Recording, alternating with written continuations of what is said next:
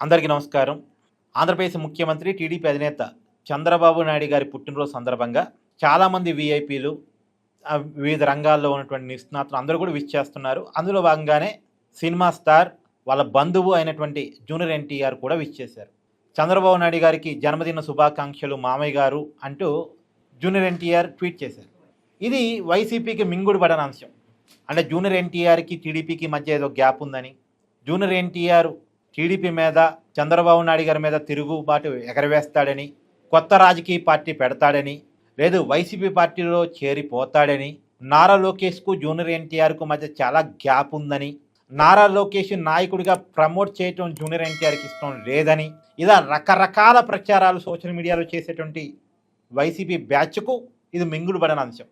అందరూ కూడా మామయ్య అంటూ జూనియర్ ఎన్టీఆర్ ప్రేమగా పిలవటం వైసీపీకి అసలే మింగుడు పడదు. ఒకేపేమో జగన్మోహన్ రెడ్డి గారి కుటుంబంలో ఒకళ్ళ మీద ఒకళ్ళ ఆరోపణ చేసుకుంటూ అన్న చెల్లి, అమ్మ కొడుకు కొట్టుకుంటున్నారు. ఇంకో వైపేమో ఇక్కడ విభేదాలు ఉన్నాయి అనుకుంటే మేమంతా ఒకటే అని కలిసి చెప్పుకుంటున్నారు. వీళ్ళు ఒకరినొకరు విష్ చేసుకుంటున్నారు. మీరు చూడండి, నిన్నే విజయమ్మ గారి బర్త్డే, కనీసం జగన్మోహన్ రెడ్డి గారు విష్ చేయలేదు. కానీ ఈరోజు చంద్రబాబు నాయుడు గారి బర్త్డేకి జూనియర్ ఎన్టీఆర్ విష్ చేశాడు. ఇప్పుడు విభేదాలు తల్లి కొడుకు మధ్య ఉన్నాయి, అది అందరికీ తెలుసు. కానీ ఇక్కడ విభేదాలు లేవు కదా. ఒకళ్ళు ఉన్నా కానీ అవి సవిసిపోతున్నాయి కదా.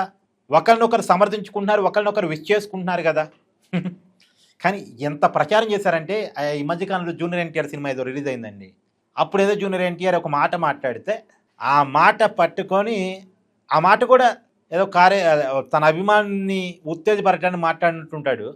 దాన్ని పట్టుకొని ఇక జూనియర్ ఎన్టీఆర్ తెలుగుదేశం మీద తిరుగుబాపుట ఎగరేస్తున్నాడు, పార్టీ పెట్టబోతున్నాడు, అది ఇది ఇస్తారీతం ప్రచారం చేశారు. పైగా ఒక టీడీపీ ఎమ్మెల్యే ఎవడు నోరు జారాడు, అనంతపురం అర్బన్ ఎమ్మెల్యే కదా, నోరు జారాడు. అతను చేసింది ఖచ్చితంగా తప్పే. అతను నోరు జారటం ఖచ్చితంగా తప్పే. ఆ ఎమ్మెల్యే చేసింది 100% తప్పే. అతని మీద వాళ్ళ పార్టీ షోకాన్ నోటీస్ కూడా ఇచ్చింది టీడీపీ అధిష్టానం. తన వివరణ ఇచ్చుకున్నాడు, అతనికి క్లాస్ బీకారు కౌన్సిలింగ్ ఇచ్చారు. అయితే ఆ మాట పట్టుకుని వైసీపీ వాళ్ళు జూనియర్ ఎన్టీఆర్ అభిమానులకి టీడీపీకి మధ్య గ్యాప్ తీసుకురావాలని విపరీతమైన ప్రయత్నం చేశారు. ఆ ఎమ్మెల్యే చేసినటువంటి పొరపాటు కామెంట్స్ని పట్టుకొని ఆ కామెంట్స్ ఆధారంగా టీడీపీకి జూనియర్ ఎన్టీఆర్కి మధ్య గ్యాప్ తీసుకురావాలి. కానీ ఈ రోజుతో ఆ గ్యాప్కి పులుస్తా పెట్టేశాడు జూనియర్ ఎన్టీఆర్. జూనియర్ ఎన్టీఆరే పులుస్తా పెట్టాడు, మెచ్యూర్డ్గా వ్యవహరించాడు.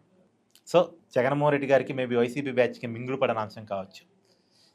మీ కామెంట్ కూడా జడ్జ్ చేయండి జూనియర్ ఎన్టీఆర్ విష్ చేయటం మీద.